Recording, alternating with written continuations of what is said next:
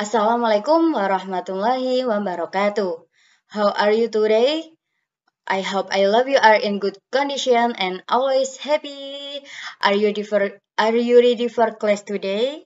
Well, students, today we are going to learn English with the topic about singular and plural pronouns.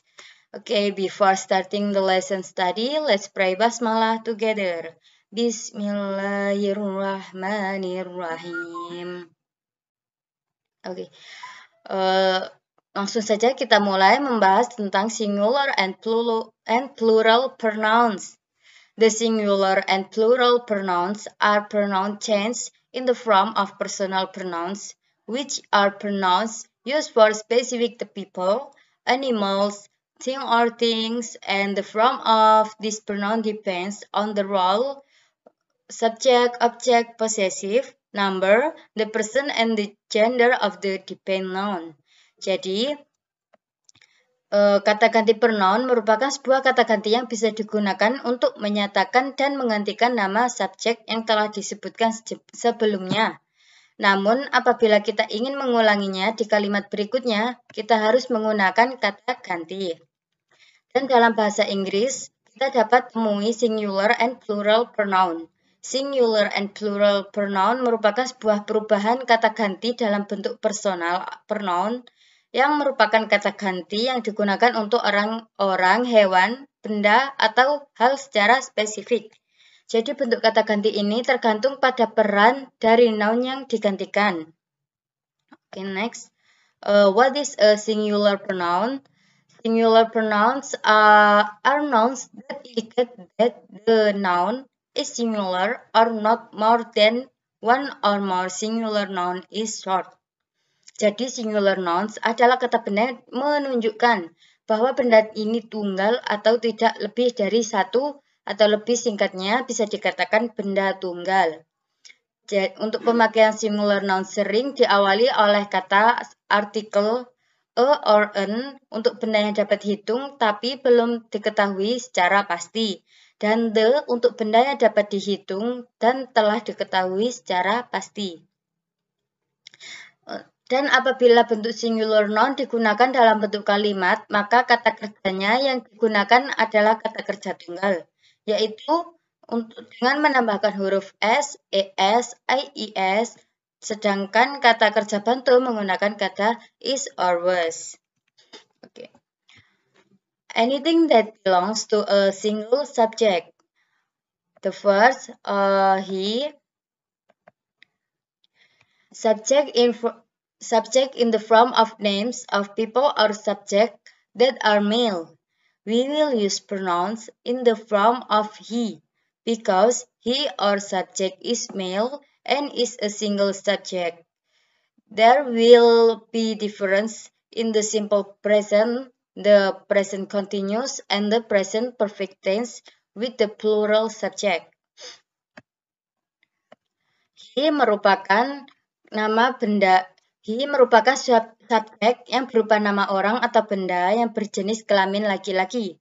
Maka kita menggunakan kata ganti berupa he, karena he adalah subjek tunggal, maka akan ada perbedaan dalam simple present, present continuous, dan present perfect dengan subjek jamak plural person.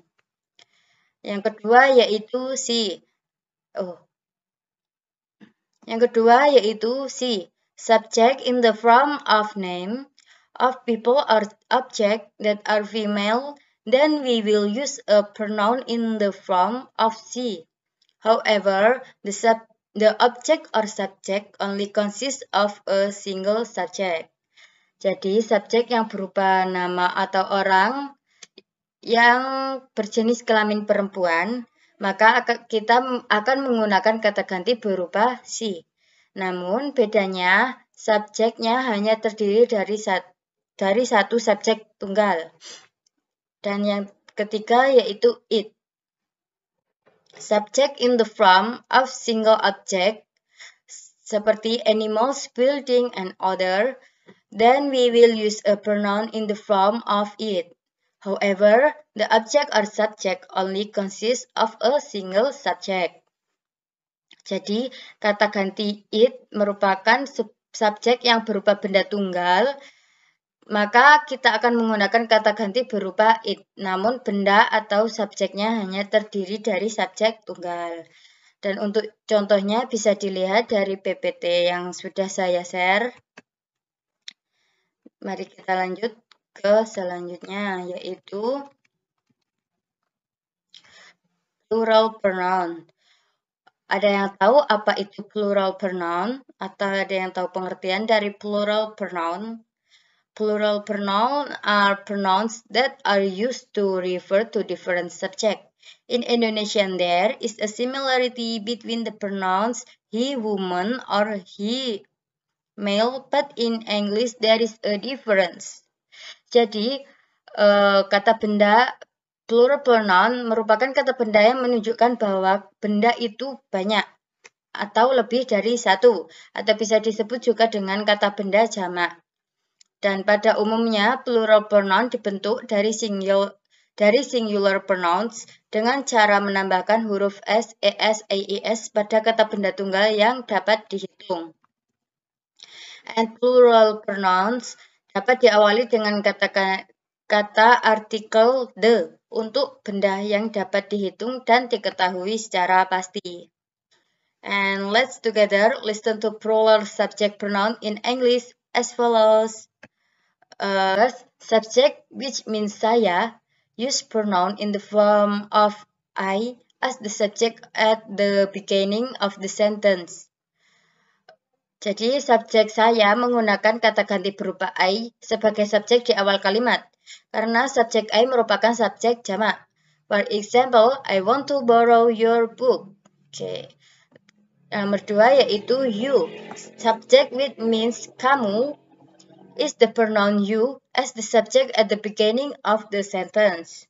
Jadi kata subjek kamu menggunakan kata ganti berupa you sebagai subjek di awal kalimat karena subjek you merupakan subjek jamak. Seperti contoh, would you like to join the party? Okay. And number 3, they. The subject is the name of a person consisting of 2 or more people. Then use the pronoun they as the subject is at the beginning of the sentence. Jadi subjek berupa nama yang terdiri dari 2 orang atau lebih, maka menggunakan kata ganti berupa they sebagai subjek di awal kalimat, karena subjek they merupakan subjek jamak. Seperti contohnya, Nadina and Fairuz are in the class. They are talking about the lesson. And the last, we. The subject is the name of a person consisting of 2 or more people, but which includes the subject. I, aku, when then use the pronoun we as the subject at the beginning of the sentence. Jadi, subjek yang berupa nama orang yang terdiri dari 2 orang atau lebih, namun yang menyertakan subjek I atau aku, maka menggunakan kata ganti berupa we sebagai subjek di awal kalimat karena subjek we merupakan subjek jamak. Seperti contoh, you and I discuss about the farewell we want to hold in it next month. Okay. The next. Okay. I think that's enough. Mungkin itu yang dapat saya sampaikan tentang singular and plural pronouns. Mungkin ada yang belum jelas bisa ditanyakan kembali di kolom komentar WA-G atau melalui Japri saya. Oke. Jadi mari kita akhiri kelas pada hari ini. Let's close today class by reading Hamdalah together. Alhamdulillahirabbil alamin. Wassalamualaikum warahmatullahi wabarakatuh.